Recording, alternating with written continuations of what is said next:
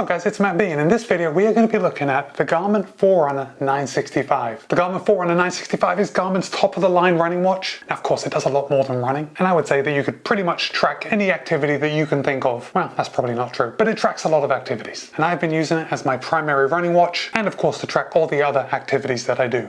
Weight training, elliptical. I've used it when I'm jumping around doing a dance class with my wife, and it tracks all of that like a champ. So in this video I'm going to be telling you all about the features of the Forerunner 965, and we're going to be comparing it to some other running watches that you may consider in place of this. Alright, Garmin Forerunner 965, let's get into it.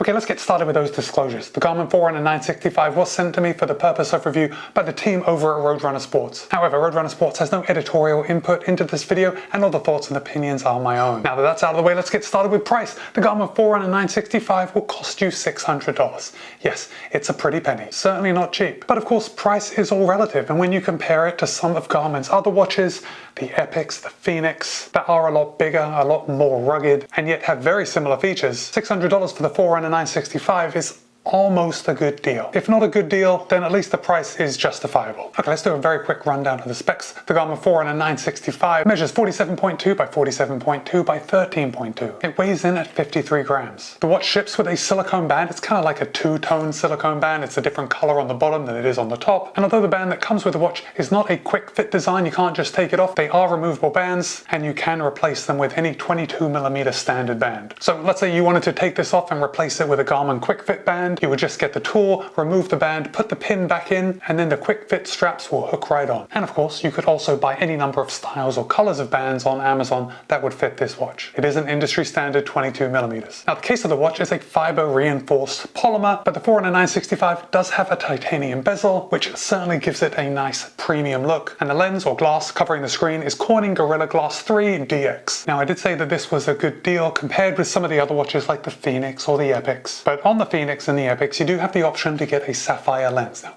Corning Gorilla Glass 3 DX is not as strong as a sapphire lens, and that of course is reflected in the price of this only being $600. However, Corning Gorilla Glass 3 DX, I assume is pretty strong. As of the making of this video, I've been wearing this watch for about a month, and I don't have any scratches whatsoever. And I'm not the most careful person. I tend to bang this around quite a bit just to sheer clumsiness. Now, the biggest feature of the Forerunner 965 is the AMOLED screen. And get this, the Forerunner 965 has a 1.4-inch AMOLED screen, which makes it, at the timing of this video, the biggest AMOLED screen on a watch that Garmin makes. And it's beautiful and it's bright, and it has 454 by 454 pixels, so all the graphics are nice and bright and sharp and crisp. It is really a treat to look at. This would be a good time to point out that you do have the option of buying the Forerunner 955, which is very basically the non-AMOLED version of the 965. The 955 is a transflective memory and pixel display. But at least for me, once you have gone AMOLED, it's very difficult to go back to that transflective memory and pixel. Also, the 955 is just a little thicker and the display is just a little smaller. But as far as the guts and the sensors and the GPS chip, it's the same in the 965 as it is in the 955. Now, the Garmin Forerunner 965 does have a touchscreen display, which if you're like me, a touchscreen display isn't always the best thing when you're using a sports watch. But the Garmin Forerunner 965 also has a 5-button setup. We have 3 here on the left side, 2 on the right side, and the buttons can control everything that you can control by touch on the screen. Now, by default, in the activity modes, the touchscreen is disabled, which is absolutely the best way to ship this watch because there is no way that I have time to be messing around touching the screen when I'm out for a run. But with everything else, especially navigating maps, and we'll get to the mapping in just a second, the touchscreen display is just very smooth, it's very responsive, and you can just select it and then scroll through the options, and it moves just as well as most smartphones. Right, if you're buying a GPS watch, I think one of the main selling points is battery life, and Garmin has done a very good job with the Forerunner 965. Now of course, as you know, an AMOLED screen is a very battery heavy option to have on a watch. It drains the battery very quickly. Now of course there are lots of options. You can have the always on display, you can have the tilt to wake, so when you roll your wrist up the AMOLED screen comes on, and everything in between. There are 3 different brightness settings, so you can pretty much control how long you make the battery last. But in Garmin's test scenarios, they say that the Forerunner 965 will last up to 23 days in smartwatch mode. Now smartwatch mode is receiving notifications, it's giving you your weather forecast,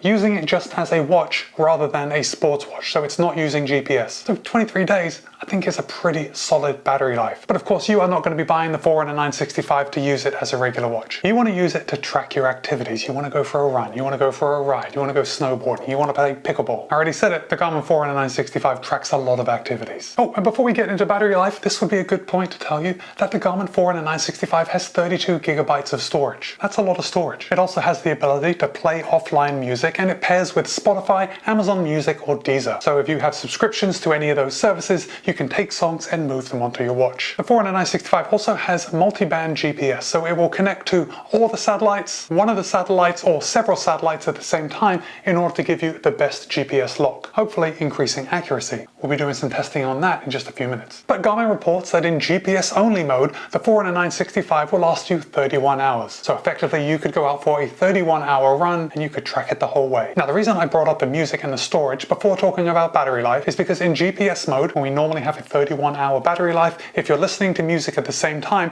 that battery life decreases to 10.5 hours. So ultimately, listening to music is a much bigger battery drain than actually tracking satellites in space. Just keep that in mind. The Forerunner 965 also features Garmin Sat IQ mode. And basically this is a battery saving feature in which the Forerunner 965 will detect which satellites are around and which satellites are needed, and it will only connect to the satellites that are needed when they are needed. So for example, if you are running out in an open field, it's likely it doesn't need to use as much battery that it would take it to connect to 2 satellites at once. So in that instance, it would connect to 1 satellite, and then if you were to run into a city and there were tall buildings, or perhaps you were running in an area where there were tall mountains around, it could then use the multi-band GPS to connect to several satellites at the same time, which would increase your accuracy. And then of course, if you run out into an open field and it only needs to connect to 1, it will do that. Now throughout all of my testing, I have been using the Sat IQ mode. But now that I've explained what Sat IQ mode is, when you're in Sat IQ mode, the Forerunner 965 will last 22 hours. So basically that is 22 hours at the most premium and battery saving GPS setting that we can get. And then of course, if you are using Sat IQ mode and you are listening to music at the same time, that battery time decreases to 9.5 hours. Garmin Forerunner 965 does have the standard 4-pin connector for the charging cord, but with the 965 they are now shipping it with a USB-C charging end, so I guess they're just keeping up with the times. The Garmin Forerunner 965 is going to track a lot of health features, including your heart rate. It's got abnormal heart rate detection, tracks your respiration rate, tracks your sleep, it gives you a sleep score. It gives you a training readiness score. After you've been doing a workout, it gives you a recovery time. It tells you your training status, and it has body battery. Body battery basically gives a numerical value to your body's battery. It treats your body like a battery in that when you work out a lot, your battery is going to decrease, and when you sleep and you rest a lot, that's going to add points to your body battery. So it takes a macro perspective of your entire life, and it provides a numerical value of that to tell you how recovered or how charged up you are. It's a nice little feature. Forerunner 965 also has a morning report, which is exactly what it says. Every morning it gives you a report, tells you how you slept, how you've recovered. It gives you your body battery, tells you how many points you gained in the night, gives you your weather forecast, and also gives you a little motivational quote to get you going on your day. The morning report is actually something that I've really enjoyed looking at, just because it makes those recovery metrics that have happened while I've been asleep visible for me the second I wake up. Okay, let's talk about some running features. Now, the Garmin Forerunner 965 will basically track every type of running you want to do. With that said, it will also track any kind of cycling you want to do, any kind of swimming you want to do, and if you want to combine all the three. So it does have a multisport mode and a dedicated triathlon mode. Now, of course, this isn't solely on the 965. This isn't one of those top-end features. It is available on less expensive Garmin watches, but still the triathlon mode is a biggie. If you are a triathlete, you definitely want to record your swim T1, your bike T2, and then your run. Or if you compete in swim run, of course the multi-sport mode is going to be best for that. You're going to be tracking your run, your swim, your run, your swim, your run, your swim, and you're going to get all the necessary data. It does have a trail running mode, which is very important because when you use a trail running mode to run on the trails, and those trails are a little more technical than running on the roads, you know, we're going up, we're going down, we're jumping over logs and rocks. Sometimes our heart rate is a little higher and it doesn't match up with the speed that we would be running if we were on the road. Because it has a trail running mode, it's not going to ding your road fitness based on your trail run. In fact, the Forerunner 965 will actually give you a separate VO2 max for trail running. Forerunner 965 also has a boatload of other running performance features. You actually get a lot more wrist-based running dynamics than you used to. So now the 965 is going to detect your cadence, your stride length, your ground contact time, and the only thing that you're going to need the HRM chest strap for is the ground contact time balance. So that's the ratio between how long your right foot and your left foot are landing on the ground for. But everything else is done in the watch. Forerunner 965 has wrist-based power. And of course, now we're talking about power, you probably know that I use the Stride foot pod to measure power. Of course, the 965 can connect to the Stride foot pod, but while we're talking about connections, the 965 connects via Bluetooth and Plus and Wi-Fi. Now, because it connects via Wi-Fi and I've got it connected to my home network, the second I walk in the door, my activity is uploaded to the cloud and it's on Garmin Connect. The 965 gives you an endurance score, which is basically a measure of how well you are prepared to sustain prolonged efforts. Of course, the 965 tracks your VO2 max, and we get a lot of data from that VO2 max number, but most importantly, race predictor. It will give you your 5K, your 10K, your half marathon, and your marathon predicted time. It will give you your performance condition, and a new feature on the 965 is the load ratio. Now, the load ratio is the ratio between your acute load and your chronic load. The acute load is your load in the last 7 days, your chronic load is your load in the last 30 days. And basically, this is just an indicator to make sure you are balancing your training nicely. And as far as the chart goes, anything between 0.8 and 1.5 is in the green zone. That's where we want to keep it. Now, I've got to say my favorite feature on the 965 is the real-time stamina. You can add this as one of your watch faces. If you don't want it as an individual watch face, you can add it as one of the elements on one of your other watch faces. And this would be a good time to tell you that you can have a maximum of 6 pieces of information on each watch face. Oh, this totally slipped my mind when we were talking about health features, but the Forerunner 965 also has the health snapshot. And basically, when the watch is on your wrist, you're going to go to your activity profiles, you will scroll down and see health snapshot, and then you press start. Now, it's going to take 2 minutes to actually do the test.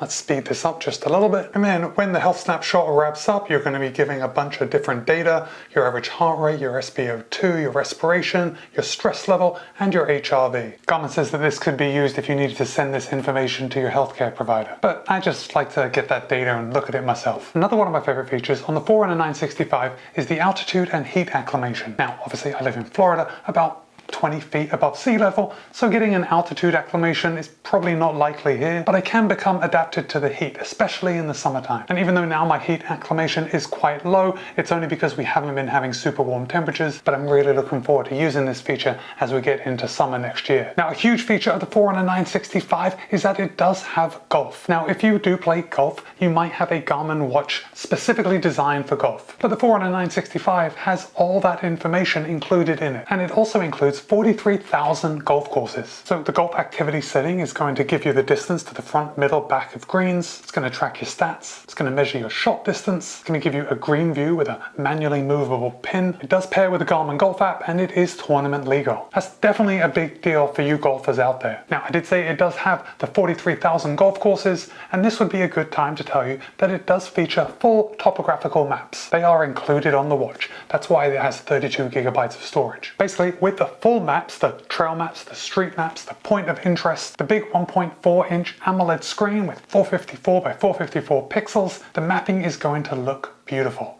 And it really does. So you can upload courses with turn-by-turn direction. You can do round-trip routing. You can use Garmin's Pace Pro feature, so you can decide how you want to pace a particular event or course, and then upload it to the watch, and you will get turn-by-turn directions as well as the pace that you should be running. And if you are running in a new town or you're running on some trails and you're lost, I can really see how this will come in handy. Now, the full topographical street and trail maps are not included in watches at a lower price point. So, for example, the Forerunner 265, and that is one of the bigger differences between the two. The mapping just makes navigation very easy and a treat to look at. Now I think it's time to do a little comparison with some other devices. So in the instances that we're going to be talking about now, I'm going to be comparing the Garmin Forerunner 965 with the Apple Watch Ultra, the Polar Pacer Pro, and the Chorus Apex 2 Pro. Now, let's talk about sleep tracking. Now, I always think that sleep tracking is a little tricky, and by showing you, I'm not telling you that one watch is right and one watch is wrong, but I really just want you to see how similar or dissimilar they are. So in the next two examples, I'm going to start at the watch that recorded the most amount of sleep all the way down to the least amount of sleep. And in this first instance, the Polar Pacer Pro measured my sleep at 6 hours and 37 minutes. The Apple Watch measured 6 hours and 29 49 minutes, Forerunner 965 measured 6 hours and 26 minutes, and the Apex 2 Pro measured 6 hours and 25 minutes. In this second example, the Polar Pacer Pro measured 9 hours and 11 minutes, the Apple Watch Ultra measured 8 hours and 51 minutes, the Apex 2 Pro also measured 8 hours and 51 minutes, and the Garmin Forerunner 965 measured 8 hours and 49 minutes. So basically, by looking at this, they're all basically in the same realm. Nothing is really standing out, except for the Polar Pacer Pro, but realistically that's only a few minutes off. But the Garmin Forerunner 965 is right in line with several other high-end devices. Okay, now I want to compare some GPS run data, and first of all I want to look at how well each watch measured in totality, so which watch measured what. And in this first example, the Polar Pacer Pro measured 10.2 miles, the Forerunner 965 measured 10.12 miles, the Apex 2 Pro measured 10.11 miles, and the Apple Watch Ultra measured 10.06 miles. In this second example, the Polar Pacer Pro measured 7.72 miles, the Apex 2 Pro measured 7.68 miles, the Forerunner 965 measured 7.62 miles, and the Apple Watch Ultra measured 7.61 miles. But just so you know, the Polar Pacer Pro has a single band GPS chip, and the Apple Watch Ultra, the Chorus Apex 2 Pro, and the Garmin Forerunner 965 have a multi-band GPS chip. So that could contribute to them being more accurate, or at least more similar amongst themselves. Okay, next up I want to look at some heart rate comparison data between those watches that I had mentioned previously. Remember, the Polar Pacer Pro, the Chorus Apex 2 Pro, and the Apple Watch Ultra. So on your screen right now, you're looking at it's a pretty basic steady state run. We can see there's a little bit of cardiac drift throughout the run, but all in all it stays pretty stable. Now I just want to draw your attention to just a couple different places, but I think from a macro perspective everything looks actually very well. So in this case, the unknown device, we can see that there's Chorus, Forerunner, an unknown device, and the Polar Pacer. The purple, the unknown device, is the Apple Watch Ultra. And I think if we are to just zoom in to the beginning, we can see that the Apple Watch Ultra kind of struggles in the beginning. It goes just a little higher. Basically all the watches are very similar. They're very similar enough. Now right here, it does look like the Forerunner 965 does just peak for a second, goes up to 141 beats a minute when the Chorus is at 133, but that looks like it, and only for a very brief amount of time. Let's just zoom in a little closer and see this. Yeah, I think these are all definitely close enough that they're all very comparable. Now it's important to remember that in my testing I am only using wrist-based optical heart rate sensors, and as you know, the accuracy of wrist-based heart rate sensors can be a little tricky. They don't work perfectly all the time. Now the Forerunner 965 is using Garmin's Elevate V4 heart rate sensor. That is the most advanced heart rate sensor that they have at the moment, so it should be pretty good, and all in all it's looking very good to me. Now let's take a brief look at actual GPS track accuracy, and you're looking on the map right now, and to me this is all very accurate, at least from this elevation level. Let's zoom in just a little bit, and I want to look at this footpath right here that I'm kind of running along. You can see that. So if I zoom in just a little more, we can see that all the watches are actually very good following the path. Now the orange is the Polar Pacer Pro, that is just a little off. In fact, if we come up to this little S bend right here, we can see that the Polar Pacer Pro is like quite a bit off. But all in all, at this level of detail, we can see that the Forerunner 965, the Chorus Apex 2 Pro, and the Apple Watch are all performing beautifully. They're sticking right to the path. Specifically, they're staying at least up here on the right side of the path, which is the side of the path that I was running on. So it's actually very impressive looking at this. Again, I want to draw your attention to this part of the course that I was running on. Again, I'm running on the path. We can see that the Forerunner 965 is on the right side of the path, which is where I was running. And then we can see right here, I take a sharp right and I keep running on the path. And in this instance right here, I would say that rounding this corner, the Forerunner 965 performed the best. It stuck to about where I was running. Now, if we look very closely, we can see that it is about probably a foot off of where I was actually running, but considering that it's getting its information from the satellites in space, this is very impressive. Now let's look at another example where I did some intervals. These were 800-meter intervals with 400 meters recovery in between, and we can see here that there's a little to dig into. It does look like a lot of these watches are off, but I've already gone through this data before I'm sharing it with you. The Forerunner 965 is actually one of the best in this example. So I want to zoom into these first couple of intervals right here, and we can see that it looks like everything except for the Apple Watch, which is the lowest data right here. It says unknown device. device, looks like they all stayed in line. Then if we come to this next interval, we can see that they all kind of stay in line, except the Apple Watch Ultra does go a little higher than the others, although that's not really high enough for me to worry about. Then on this fourth interval, it looks like on this one, the Forerunner 965 was just a little slow to get my heart rate. In fact, it didn't even get up to the heart rate that I was showing on my other devices. So let's zoom out again, then let's take a look at these last three intervals. In the one you're looking at right now, it looks like that all the watches were recording fairly well. In this one right here, it looks like, I don't know, it looks like the Forerunner 965 really dropped the ball on this one. The other three are showing a very similar heart rate, and the Forerunner 965 didn't really pick up my heart rate until later in the interval. And then it gets back in the game on this final interval right here, and they all seem to be right in line, except for at this very last minute, it looks like the Forerunner 965 goes a little higher before dropping off, before realizing that I've slowed down the rest period, and drops right down. So all in all, it's a mixed bag. Perhaps I didn't have the Forerunner 965 tight enough on my wrist, but I have done a lot of runs with it, and I'm pretty sure I did have it tight enough on my wrist. But again, to me, it's just an example that optical heart rate sensors cannot be relied upon all the time to get the most accurate information. If this was a review of one of the other watches, I would have dug out information where it showed that they dropped the ball also. So guys, now it's time for me to hear from you. I want to know, do you wear a Garmin watch? If not, which other competitors do you use? And is what you've seen of the Garmin Forerunner 965 enough for you to want to pick one up? Let me know in the comments. And of course, I couldn't go into every single detail of the Forerunner 965, but if there's something you want to know, just drop a comment and I'll let you know. And with that, it's Matt B. This has been my review of the Garmin Forerunner 965. Be kind, be happy, run well. I'll see you in a couple of days.